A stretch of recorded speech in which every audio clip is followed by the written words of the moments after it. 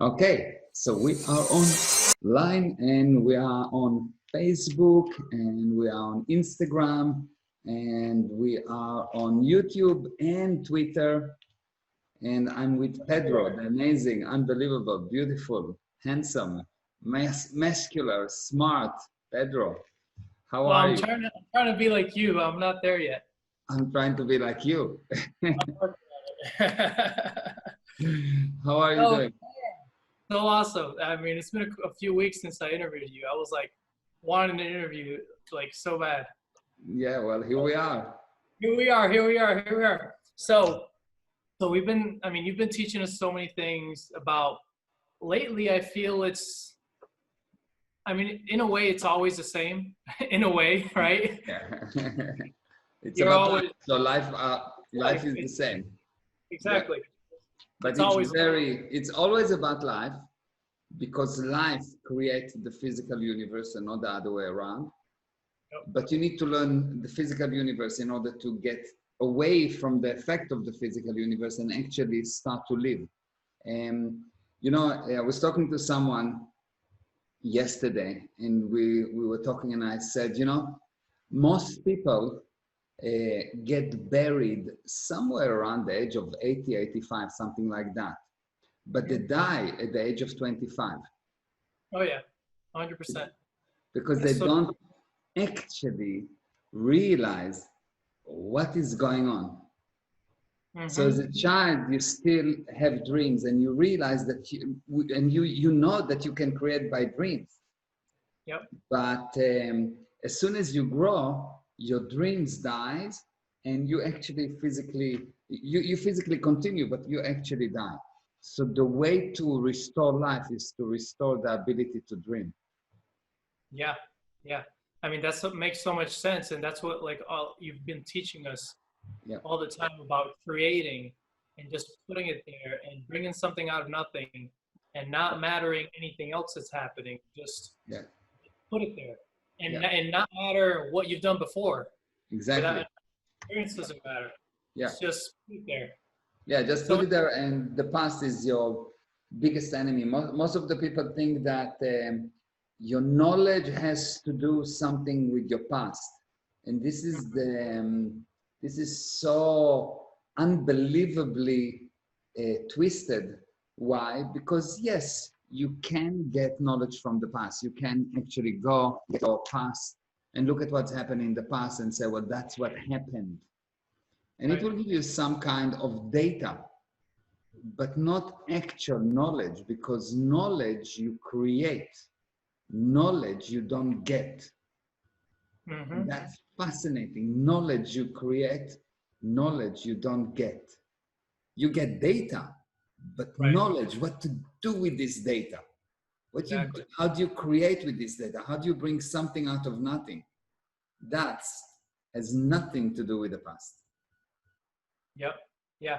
100%. Yeah, and it's interesting. So just recently, a friend of mine, he's having some struggles with who he wants to be and what he wants to do. And so I'm a chemical engineer. I worked with the federal government as a chemical engineer for almost 8 years. Hmm. And from that, I left that to move here to Puerto Rico and just do business full time. And he was like, how did you do that? Like that title of engineer, like with the federal government, leave that behind, making over $100,000 a year, leave that behind to start a business and be just a businessman, like just like that identity, because he's Yeah. struggling a bit. And I was like, well, he like his thought was like, I'm sure it was hard, right? And I'm like, no, I just decided. For me, it was like nothing. I mean, I never put too much thought into it. For me, it Yeah. was like, I just like we know where we're going. When you know where you're going and what you want to do, none Yeah. of that really matters. It's Yeah. where your head is, not Yeah. what you've done in the past. Yeah. The past is actually the sum of all your limitations. Mm-hmm. And it is your only enemy. It is the more you rely on the past, the less you rely on yourself. And you can say what kills dream is the past. And without dreams, you are not alive. As we said, you get buried at the age of 80, but you die at the age where your last dream died. When you Hmm. stop dreaming, this is when you die. And usually the average age is 25 for people in the Western world. They get Wow. buried at 80, 85, 20, but in 25, they actually die. Why is that? Why is that age? Because up to that age, you have a constant bombardment, lots of lies that tells you, look, don't dream, don't dream, don't dream, don't dream. And you will see that the spirit at that time is very adamant to grow the body. It has a purpose to grow the body. And this purpose alone remove all the barriers. When the purpose is high, the barriers is not non-existence. And then by the age of 25, you basically grow the body. From that moment on, the body is big. It's big enough. And you lost that purpose and you don't have a new purpose. And the moment that you don't have a new purpose, you don't dream anymore. And that's it. Wow. That's crazy. Yeah. So all you have to do is to figure out a new purpose as strong as growing the body. And if you do find it, if you learn how to find it, because it's not something that you say, well, what is my purpose? Let's see. No, there's an exact way to establish what is your purpose. And once you really figure out what is your purpose, you will see that you will never die. You'll never die. You will actually never die. So that's how powerful it is.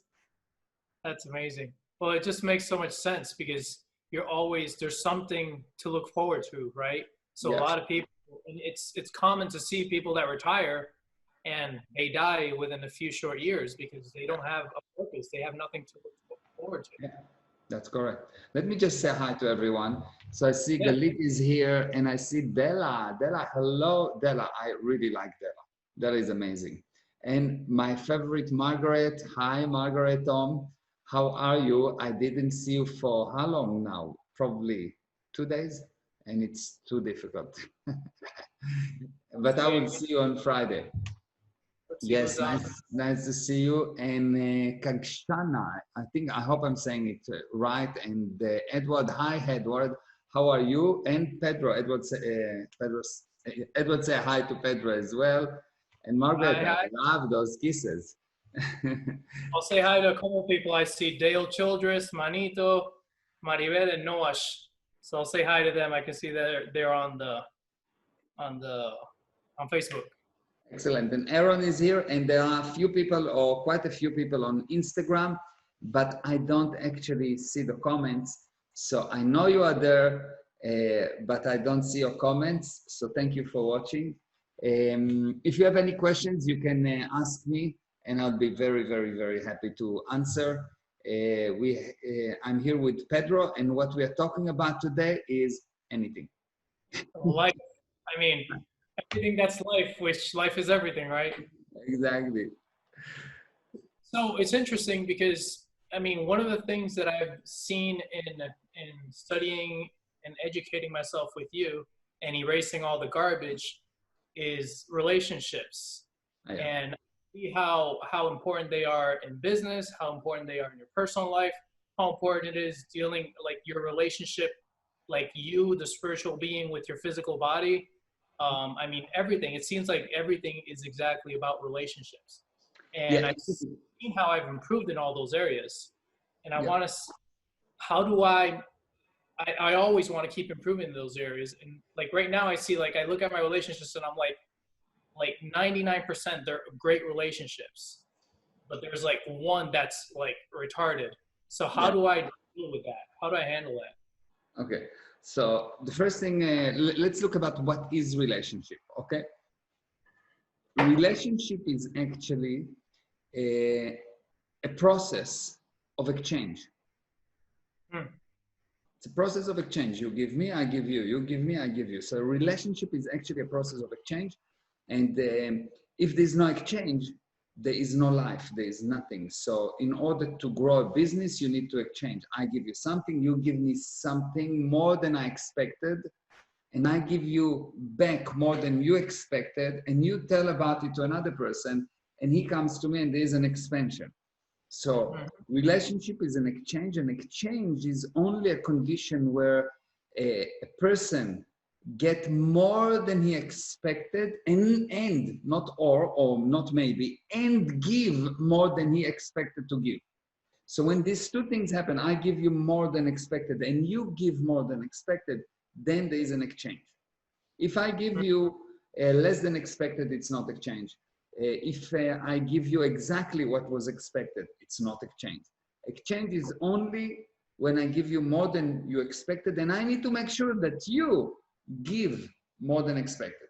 Okay, so it's both sides. So otherwise, there's no actual exchange. Now, that process of exchanging is actually what creates expansion.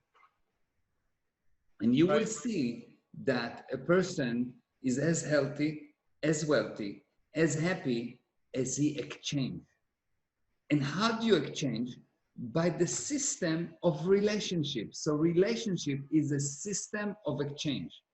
That's all, is a system of exchange.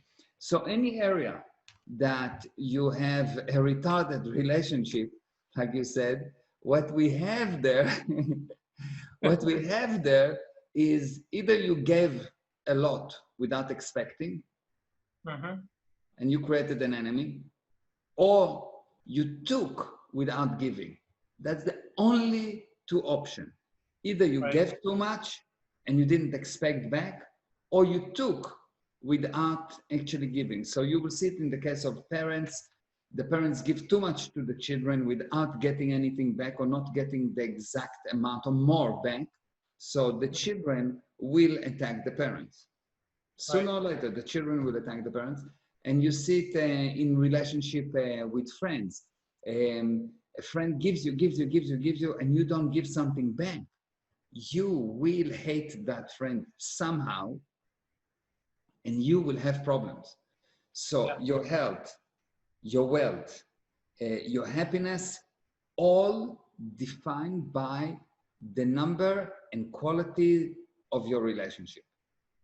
Now, this is quite fascinating, because in life, quantity comes before quality. In life, quantity comes before quality. But in relationship, you must make sure that the quantity, the exchange, extra exchange, that's quantity, is really above, because if not, you lose everything. You lose everything the moment that you violate this condition of exchange, when you don't give more than expected, and not or, and make sure that the other side give more than he was expected to give. You have to keep this both sides, otherwise you are dead. How do you control that portion though? Because sometimes I feel like I can give. How do you keep that other person's, I guess, ethics or whatever in, so that they also give more? Talk to them. Okay, just communication. Yeah, communication. And if they don't, you probably did not explain well. If you don't, you did not explain well. 99% of the time, people are good. People are good and they have good intentions. Let's say I give you something more than expected, and you don't. So I did not explain well. Explain do not mean only talking. Explain mean using intelligence and force. So I may need to cut something. No more chocolate. You want, yes, I would not give you this thing unless if you will start to exchange. And I will explain why. I would not do that as an action of a protest. I will explain, look, I'm not going to give you that because I'm expecting you to give me back. And if you don't give me back, I will not give you that. And I'm willing to help you to see what you can do to give back. And you will say, no, but I did give you back. And I will say, really? And you say, yes, I did this and this and that. And I will realize, wow, actually you did, and I even didn't know. Many times you will find that the other person doing things for you, but you didn't know. So more times than not, the other person is doing something for you, is helping you, but you don't know it. So any relationship, the first thing, the reason they are broken is something with this exchange is out. Something is not operating correctly. For example, I'm married to, let's say I'm married to my wife, and let's say I cheat her, okay? So it's also exchange. Why? Because she gives me a lot of love, and she gave me she said, look, I trust you, and she gave me a lot of like, I can trust her. I know for sure she will not cheat me, but then I don't give her the same way. I cheat her, so I give her less than what she gave me on the cheating side. Yes. Yeah. And now I have to give her less communication as well, and I have to be less less nice, and everything is less. It's exchange. It's always the bottom line of relationship is exchange. If you want to fix any relationship, don't go to who did what, when, how, blah, blah, blah. Where did you break the exchange? Wow. See, and it's interesting because I see that a lot. I mean, you see it everywhere, of course, but especially with children, right? Because the parents are like, they'll just, oh, you go to your room. Mm-hmm. And they don't really help the child understand why and what they need to do in order to get into that exchange. Yep. They're It's just an arbitrary, yes. It's just an arbitrary. Yeah. I get upset with you, I got insulted, or I'm in protest, and I tell you now, you know what? Go to your room. Right. What do I do with that? It's not, the purpose is not to help. Yep. It's suppression. I mean, there's no communication. Once you're cutting off communication, you're cutting off the relationship. Yeah. I mean, generally Yeah, go ahead. So generally you need to look at every relationship like that. What do you do with your body? Are you giving the body exactly what it gives you? Let's say the body is always tired. The body is always hungry. The body is not wanting to do what you tell him to do. Well, you need to make sure the exchange is in. The body should give you more than you give it. You give all the energy to the body. You give the body orders. You give the body direction. You let the body eat. You bring the body food. You do all of these things for the body, and the body is tired. That's criminal. That's criminal. That's so crazy. That's such an awesome viewpoint. And that's why working out, you feel so much better. Yeah. Right? I mean, that's why you do exercise. You're demanding production from the bodies. You're demanding the body to get an exchange. Yeah. That's crazy. That's so amazing. Yeah, and if you don't do that, the body will become fat, and it will become painful, and it will become slow. Why? Because you didn't, no exchange. You didn't demand back as much as you give it. And now you think now that you're not okay. You think you feel useless. And it's not that you've done less, is you did not demand the exchange back. Wow. It applies to every single activity you do. If you do, it's quite easy to give the exchange, but it's more difficult to demand it back. People think, well, but it's difficult to give. No. The give is the easy part.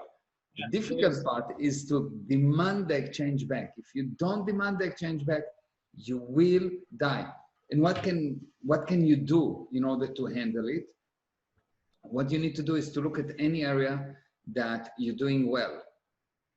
Any area you're doing well, and figure out how can you improve the exchange there. That's number one, because the tendency will be to look at areas where you do bad. Right. Yes? Now, look at areas you do well, and increase the exchange there. So things will become so good that on the other areas that you're not doing as well, you will look and you say, good, so what am I doing in these areas that are good that I'm not doing here? Not what the other side is doing, what I'm doing, because I need to demand from you the exchange. I need to make sure that you do that. It's still my responsibility. Yep. It's maybe your fault, but it's my responsibility. Right. So at the end, even if someone come and steal from me, like come home and steal from me, he may be at fault, but I'm responsible because there's on this neighborhood 200 houses and they came to me. Right, exactly. And that's such a hard concept for so many people to grasp. Like for me, if I mean, so I have two apartment buildings, Mhm. and it's like nothing bad ever happens in the sense like people like they'll put signs and stuff because they want to protect like even their garbage cans, they don't want them to get stolen, right? And they get stolen. And mine are like nice expensive garbage cans and they don't get stolen. Yeah. And I'm like, it's all about it's me. Because it's always me, right? And if something does get stolen, then I have to look at myself. What did I do that caused that to happen? And Yeah. that's such for many people a hard thing to look at. Yeah, it's hard to look at, and it's really the viewpoint is so the testing, because you think, well, what did I do? What did I do? It's so wide. What did I do? I do so many things per day. You Yeah. can narrow it down to very simple thing. Who I did not give to more than he expected, and who I did not demand as much more than expected. Mm-hmm. These two, you look at those two, you fix everything in your life. Everything in your life, it's so simple. You don't have to go too complicated because you're in real contact with 4, 5, 6, 7, 10 people, really. Even if you are in sales, at any given time, you have X amount of people, 10 people, 15 people maximum. But you do 2,000 actions per week. So Right. if you look at the actions, it can be anything and you will justify it and you will never get out of this mess. But if you look at each person and you say, not how good is the relationship, did I give him more than he expected? Which you can say, did I wow him? Did I wow this person? Yes, good. Did he wow me? No. Okay, it's time to talk.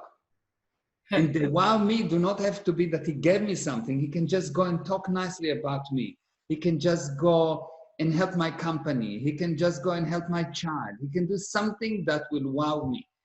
If he did not wow me, if it was just fair, if it was just okay, doesn't work. I need to wow you. You need to wow me. Imagine that you're coming to these interviews, and every day we will do the interview, and I will be okay. It will be, yes, it's nice, but it's not wow. These interviews will not grow. Right. Right. So I have to give more than expected. There must be some kind of a wow. So one time I will give a free webinar. One time I will give an amazing answer. One time I will just be funny. And one time I will just be willing to talk to people that have questions or a tech question. They need to be always the next wow. And the wow is to wow you by me giving you what you need, not by me giving you what I need. When I'm giving what I need, I'm interesting. And when I'm giving you what you need, I'm interested. And Right. that's what you need from the other side as well. And so how do you figure that out? How do you figure out what is needed, or what they actually need and want? You observe. Number one, you observe, and it's if you know the person, it's fine. But the best thing to do is ask. Right. Ask. And by asking and really understanding the person, you already wowed him, because You're there's interested. always never a situation when someone really understood you. And all you want is to be understood. If you would just be very, very, very good in understanding people, you will give them the most valuable mental gold. The mental gold is being understood. It's better than anything. It's like the gold and diamonds and everything. It's better than everything for a person. If you actually understand the person, he will give you anything, and you will see all the complaints in relationship. He doesn't understand me. She doesn't understand me. She doesn't do what I want because she doesn't understand me. He doesn't understand me. She doesn't understand me. Teenagers against their parents. Oh, they don't understand me. They are old. It's all about understanding me. If you just understood the person, just understood him, nothing more, you will become a millionaire. Why? Because the relationship will become so good. So what's happening is the fact that you understand someone, you exchange with him so much, you wowed him so much, he will give you money, he will give you kisses, he will bring you customers, he will help you, he will go out of your way to make you feel amazing. That's awesome. And yeah, that's pretty cool. I mean, I just noticed where someone actually did that. So it's really cool to see. And it's a relationship that I've actually been intentionally working on and improving. So that's really, really cool to see that. So thanks for that. Yeah, it's so simple because if you really understand that all people want is to be understood, and if you really understand that you have the responsibility to wow the person, meaning to really be interested in him, interested mean have the intention to understand what he needs and wants and give it to him and more. And if you make sure that the other person exchange with you with the wow, not just exchange, but with the wow, with that, not only you fix all the relationships, you actually created billionaires. And apropos what's going on around here with the social distancing and all of this nonsense, you have to understand, you have to understand that someone that wants to keep you at distance, not communicating, not in a relationship, regardless of what they say, they actually want to destroy you. And the fascinating, and then they're using it with the pretense of protecting you, which is bullshit. yeah, because no one can protect you other than you. Yep. You know, you look around and you see the mask. The mask, of course, is nonsense. Why is it nonsense? Because viruses will go through that, and you touch things and you touch yourself, and it's definitely not working. But more than that, the mask blocks the oxygen level. If you will take an oxygen meter and you will check a person, you'll see a normal person breathe in normal air is around 21% oxygen level. You go down to 20%, it starts to be dangerous. At 90%, it's detrimental to you. You start destroying your body cells, especially your brain cells. Yep, and when you put a mask, not only that the level of oxygen go below 19%, measurable, it's not something that I say, yes, it's measurable, but you breathe your own toxin. Yep. So the body now become weaker and it's more susceptible to become sicker. So you just opening, instead of having the coronavirus affecting 0.1% of society, it now will affect 5% of society because everyone is sick. Yep. Your immune system is compromised. The immune system gets compromised, and your brain, if you still have one, is compromised. Because by the way that people behave, I'm sometimes doubt that. Because it's such common sense. Yes? Now, I'm not saying don't use the mask, use them because that's the law. But you need to know, you need to disagree with that, because just put a mask for a day and you feel that you get headache, you get... I mean, I hate the freaking mask. Whenever I'm in a store, I lower it. And then someone says something and I cover it and then I just lower it again. Because there was one time I was in a store, I was there maybe for an hour and I could feel like a little bit lightheaded. Yeah. And I mean, I'm fit, I'm young, I exercise, so I'm definitely not compromised. I have a very good immune system. Yeah. And I was like, what the fudge is this? I was like, I'll just put it down, leave my nose out. So that's some mental anchors that you rely on. And the mental anchors is like that. To live, you need to communicate. When someone wants to cut your communication, he wants to make you live less. Now, what's the mechanism here? The mechanism is quite fascinating. You will see that actually the way that a bullet kills you. If I shoot a bullet at you, what kills you is not the bullet, but it's the speed by which the bullet got through. Yes.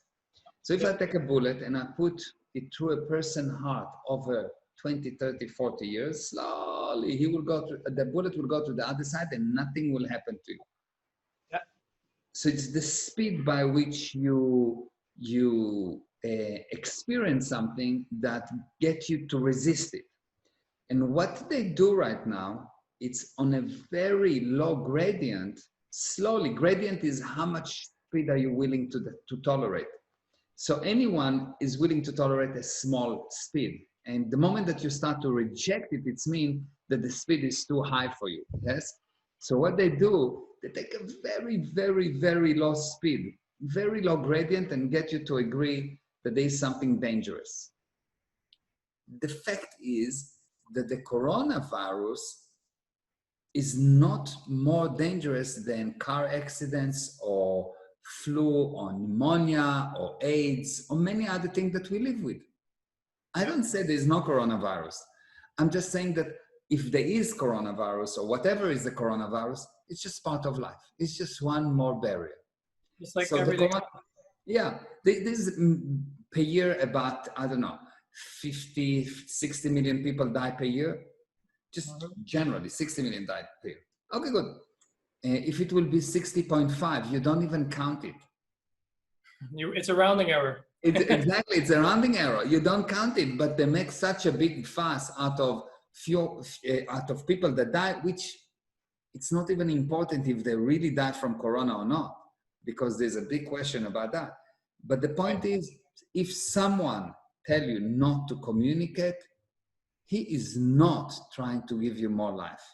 Social distancing is not right. It's not right because you don't prevent anything. You know, I was at the shop the other day and they said, well, you know, you need to keep 2 meters from each other. They have these boxes and so on. Look, fine, that's the law. I keep the law. And then I see the guy come and he give a credit card to the lady, and the lady give him the credit card machine, and he put the credit card machine and he types in and he puts it on the floor and on the table and he touch it, and then he take the product and he give the lady, and the lady take the product and scan it and Yeah, that's the point. And then I come and I take the credit card machine, and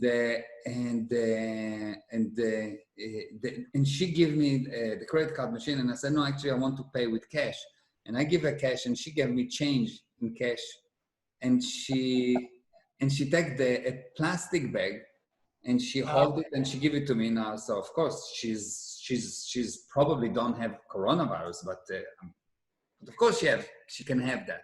So there is no logical way to protect against a virus, not by quarantine, not by social distancing, and not by anything that is counter life. This is counter life. And if you understand what is for life and what is counter life, anyone that suggests to you to do the counter life, even if it sounds good, it's wrong. For example, we said that a mental anchor is always communicate. And now you have a fight with your wife and you decide not to communicate with her. You'll do that, but it's counter life. The relationship for that time is not so good. There's not too much communication. Even if you do that, you need to know somewhere at the back of your head, this is counter life. And there is no president or World Health Organization or anyone that's going to change it ever, because this is how life is. This is a natural law. People not alive when they stop to communicate. And when you put distance between people, they communicate less and they live less. And when you not only give them social distancing, but you also cover the face, never mind that they now you're supposed to hear everyone. Yes. And like, it's ridiculous. So the only message is, if you are smart, look for yourself. Does it make sense? Anything that makes you afraid, contain a lie. Anything that makes you afraid, contain a lie. If something makes you afraid, you are not living. It's better to die and to be free. It's better to die and face your fears. Because your body dies, you don't die. But that experience that you took on yourself of being coward, that's going to live on. That's going to live on. I am a coward. And once you agree that you are a coward, then I'm afraid from a virus. No, I'm not afraid from a virus. It's not that I'm irresponsible or not doing what I need to do. But if there's a virus, and this is part of life. There is a car accident, and there's airplane accidents, and there is robbers and shooters. And people living in an area. Yeah, I The was only way living. you would die if you're alive. Yeah, I was growing in a place where we had 30 rockets every night. Hmm. Every night for years. Okay, so it's fine. It's part of life. Yeah. Yeah. It's part of life. It's part of the game. You don't stop the game because it's difficult. Only useless people stop because it's difficult. Real people start to move when it's difficult. They're not interested when it's easy. Yeah. Yeah. So And the that's question, something that we always, I mean, it's so interesting because Corona started and we're like, okay, what can we create? Because I feel always when something bad like this happens, it's like so much opportunity. And that's exactly what we've done. And same thing when we had a major hurricane here in Puerto Rico in 2017, 18, I can't remember. 2017, right? Yeah. September 2017. And I was like, we outcreated that like exponentially, like yeah, compared to what we had done before. It was like crazy. And because we're like, okay, let's move. And then you have this demand for production because it's like it's sink or swim, right? You either swim or you sink. So you swim. I mean, yeah, that's just yeah, yeah. And it is really fascinating to see that people are afraid. And yeah. this Unfortunate. yeah, the mental anchor should be, what are my mental anchors? Those mental anchors are so important. It is communication. It is keeping to my values. It is exchange. It is continuing to love your fellow man despite all invitations to do otherwise. It is whatever the risk is, I will do the right thing. I Hmm. will do the right thing. And the right thing is never to hide. The right thing is never to be afraid. The right thing is never to give up your freedom. The right thing is never to betray your friend. It's never to betray you. It's never to betray your country. This is the right thing. And if you have those mental, what I call mental anchors, if you have those things, you will know what your values are and you will not violate your values. And for you, there will be no pain. And you will see that the virus will come to your area, it will see you and say, oh, that's the wrong guy, bye. It will go away. Yep, exactly. That's what I say. I always say like if the like someone's mentioned stuff like that about the coronavirus, and I'm like, if the coronavirus comes to me, I'm gonna kick his ass. Exactly. They will Like, not even come to me. They see me and they know that this yeah, guy's too big. They know, wrong that's person to deal trouble. with. That's trouble. Next one. Yeah, it's too good. And honestly, I see. I mean, for me, I see it as a rather unfortunate because for me, it's sad to see people that have bought into this. I guess it is a lie that have bought into the lie and have a fear of people, have a Yeah, fear of life, have a fear of what's surrounding them. And it's like, I mean, if we lived lives that way since we were born, we wouldn't be alive. yeah, I mean, our bodies, the body would be nothing. It'd be useless. and it's actually so bad for the body to clean everything and so on because the body, in Africa, you have all kind of places where the conditions are really really poor. There's no Hmm. social distancing. There's no mask. There's no gel. There's no nothing. Hmm. They don't they don't get die there. They don't die there. You know why? Because they have an immune system. Yep. Yes, so the only way to handle diseases like that, like any other virus in history, is the crowd immune system, and you go and you face it, and you make sure that it's happening, and you take the risk. It's part of life. And how do you know that this is an arbitrary lies? Because they do things like they say, okay, fine, we're now taking off the quarantine and people can go to work, but not gym and not hairdresser. Why? What's the difference? And then, okay, hairdresser, but not massage lady. But Yep. then, and then massage lady, but not restaurant. But or you can go to the restaurant, but only stand, not sit. Yeah, it's Nonsense. complete insanity. I mean, you don't need to be a doctor to understand that it's nonsense. Yeah. And you just common sense, or what I call this Yeah, it's mental like, anchor. hmm, yeah, I mean, you look at, I took a picture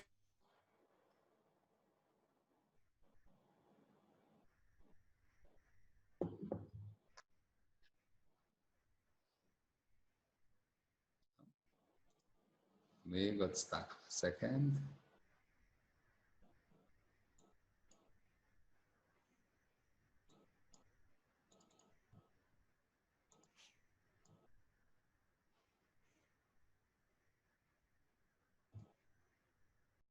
Are you there, Meir? Wait, you're back. You're mute now. You're on mute. You're on mute. You're back? Okay. Perfect. Good. Welcome back. It was too much truth. It's disappeared. Yep, exactly. Exactly. So, so we talked about relationships. We've talked about all this coronavirus stuff. One thing in regard to relationships, and I think I already know the answer, but I guess I know I already know the answer. It's about upsets. So how do you handle when you have an upset client? Because we already know that there's an out exchange, right? That's what we were talking about. There's some out exchange either from me or from the client. Yeah, or both. Or both, exactly. So then how do you, because I sometimes feel like a client I don't know why, maybe it's just my own consideration. It's a little more of a touchy, maybe relationship, or same thing like with a family member. It can be more of a touchy relationship. Yeah, it's more than of a touchy relationship because you think that it is. No, exactly. I agree. For me, a client is a friend. So Yeah. when you look at the client, he's not my client before he became my friend. That's and true. people that work with me will see that I'm very quickly get in contact with them, and I talk to them and I help them and I treat them as a friend. Mm-hmm. Because they are my friend. And when I look at how I will... How do you, sorry to interrupt, how do you define friend? A friend is someone that see so much good in you and can ignore anything bad and will never surrender to an invitation by you to hurt him. That's awesome. Yeah, that's for me a friend. So a friend is, you've got a client and the client say, you do that, you give me, I want to pay this thing without tax. Let's say I want to cheat the taxman, don't pay, I don't know, sales tax or VAT.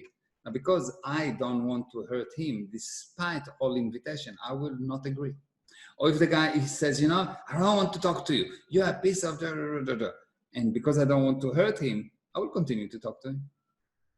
Or on the other hand, there will be some guy that will be really out of exchange, and I'm telling you know, you need to fix your exchange. You need to do something for me before I will give you anything further. So I had customers that I would say, you know, I love you, no question about it. I will continue to help you, but you don't get any more data from me before you actually exchange with me. I had a customer some years ago, and he paid me for coaching, I think about $250,000, okay? He paid me one time coaching $250,000 for 1 year coaching, and it was not expensive. I gave him a big discount, and I helped him for the whole years. I saved him a lot of money, acknowledged it many times. I got him to close a company that hemorrhaged money for a whole year, and then for 4 years, I continued to help him for free. Didn't charge him. More or less once per year, once per week, once every 2 weeks, he will call me. Every time he had a new agreement, I would check the agreements. Every time he had a problem, I'll give him the handling. Every time he had a problem with his brother, with this, with that, I will help him. And about 5 years later, he comes to me and he says, you know, Meir, I think you didn't give me enough value 5 years ago. Wow. 5 years ago. So I said, good. First of all, welcome to present time. I'm glad you're here. 5 years ago. Second, I am really sorry. You are very right. You're very right. I didn't demand enough exchange from you. Yeah. So from now on, before you can come to my seminars and get more data from me, what you need to do is to give me some wow. And if not, you're not welcome. And he said, well, what do you mean? I said, that's what's going on. I want to help you. I really want to help you. You need to do that. And you'll see that all of those problems that started to crap around you, all of a sudden you've got this problem with your brother, with your mother, with your this, with that, all those problems is because if you do that to me, and to me, like, you know what I'm doing for you. If you do that to me, of course you're doing it to others. Right. So we need to fix that. Mm-hmm. And when he realized that that's the problem and he started to fix things, he just said, okay, fine, I'll fix it. And he started, all of a sudden, just out of the blue, his brother that was trying to rob him from his business came to him and says, you know what, I was thinking about it. I was going to church and I realized that what I've done for you is not okay. Out of the blue, this guy was trying to rob him from his 50% of the business for years and years. And they were like in all kind of legal issues and and he came out of the blue. All that guy did is decided to exchange back with me. And of course, he started to exchange with others. And boom, floor open, relationship fixed, money come in. And he immediately says, so how do I become more Jew? And I told him how. And see, it's so interesting because so the way I was brought up, I guess in a way, it was like you're always trying to get more, like get something for nothing, right? Or get it cheaper. And so I've been able to kind of change that. So now it's like I want to pay. I want to be in exchange. I want to be like I have one contractor that he's been doing really good work for me. And it's like we'll have a change order and something needs to be changed. And so he'll have to do extra work or whatever. And we just talk about it. And he knows that I want to be in exchange with him. Yeah. He knows that. And so he's always reciprocating also because then he does more. Yeah. And we keep that exchange in abundance, right? Because we're always watching out for each other. And it creates such a great relationship and it helps expand the relationship. Yeah. It's amazing. It's amazing when you really see that and when you're not just you're trying to see what you can give rather than what you can get. Exactly. It's amazing. Yeah, it works wonders. And it's just a mindset change. I mean, especially like when you're raised poor and it's like you're trying to get something from what you don't have, right? And it's like, it's insane. Like for me, that viewpoint of trying to get something from someone without paying them or trying to get something, like I remember like when I was younger, like let's say I went to a store or something and they forgot to charge me for something, I wouldn't say anything. I wouldn't say anything. Or I went to a restaurant or whatever. Now it's like I see something, I always check my bill, but it's not to check how much I'm paying, it's to see if they left something out. Yeah.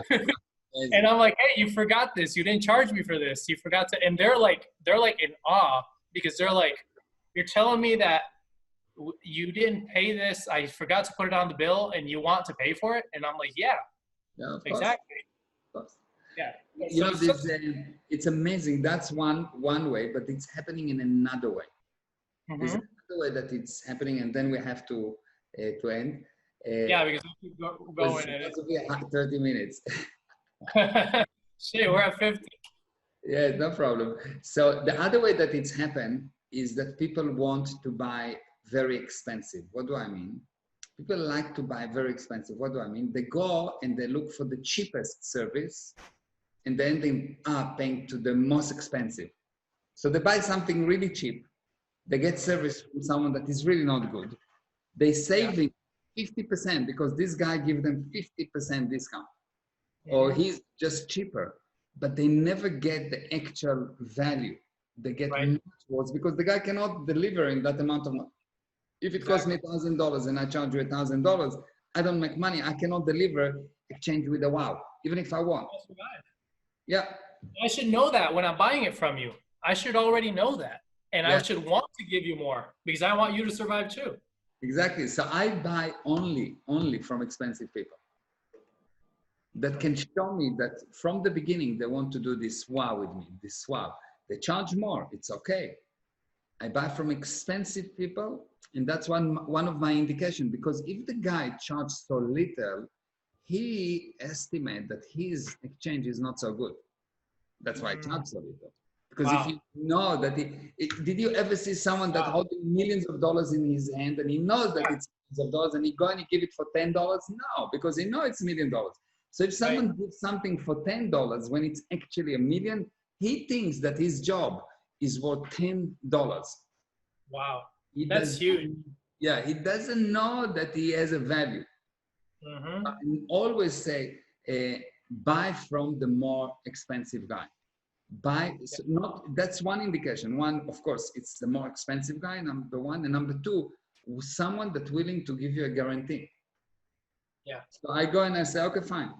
You're more expensive, good indication. Are you willing to give me a guarantee for your job? No. No, then you are not good. Right. If you can't guarantee your work, trust you, how can I trust you? Exactly. If you don't trust you, how can I trust you?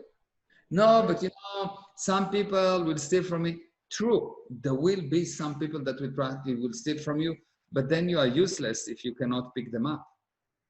You need to learn how to spot those people, and then fine. So you lose 2.5% of the people that will cheat you. But overall, you charge much more and you'll get many more clients, so it's good. Yep, exactly. Okay. So that was, I mean, I don't know. I hope people really got that, because that there you just dropped there is like freaking gold. Like I'm like I really need to raise my prices on everything. And it's interesting. I'll tell you this quick on a closing note for folks. So we have apartments, right? And we rented an apartment that we were initially advertising for $750 and $800 initially, and we rented it for $900. And it was just that. It was like I completely got rid of the consideration, because I know I'm delivering value. Like my tenants, all of our tenants, they love us. Yeah. And like one of them recently said, he was like, "Oh, you're like part of the family." And it's like, why? Because we are exchanging. I mean, we're there and we call and we're in communication and we want to know how they're doing and anything we can help, and we give them gifts, and it's like it's the way it should be, which is the way every relationship should be. It's the only way. Awesome. Okay. Thank you, Meir. Thank you very much. Thank you for everyone for being online and for the comment. Thank you for Dolly and Kagashna and Della, of course, and Aaron and Margaret and Edward and everyone else that I don't see the comments on Instagram and on Twitter. Please share the video, the interview, and I'm going to start next week on Wednesday the Family Academy. I'm going to start the Family Academy, and go to my website meirezra.com, and there will be some data about it. It's almost there. Probably tomorrow we'll have the information. It's going to be mind-blowing. It's going to be free. The first few webinars will be free. It will change the way that you run your family. It will change the relationship with your parent, with your children, with your parents. It will bring you money. It will make you happy. It will change your life. So the Parent Academy is the next free series of webinars that I'm going to do. It's amazing. It's unbelievable. It's powerful. So and it's new. I'm going to redo the whole Parent Academy. We did the Parent Academy, and oh my goodness, like that is like the relationship we have between ourselves and the relationship with our daughter is, I mean, it's so much data and so much knowledge that we got out of that to helping her be the amazing self that she is. It's like gold, like seriously amazing. It is gold. So thank you very much. Thank you, Pedro. Thank you for Meet and Swap for setting it up. And thank you for Gali and Adar for helping me with all the website and everything in the background. And where can people follow you, Meir? Where can people follow you? Yes. If you want to follow me, what you do, you send me a check and no, I'm joking. Done that. So if you want to follow me, go to Instagram, Meir Ezra Official, and on Facebook, Meir Ezra Official, and in YouTube is Meir Ezra, and my website is meirezra.com. and Meir is MEIREZRA.com. Thank you very much. Yes, thank you. Thank you. Thank See you, you. Meir. Okay, bye-bye. Mwah, love you. Bye.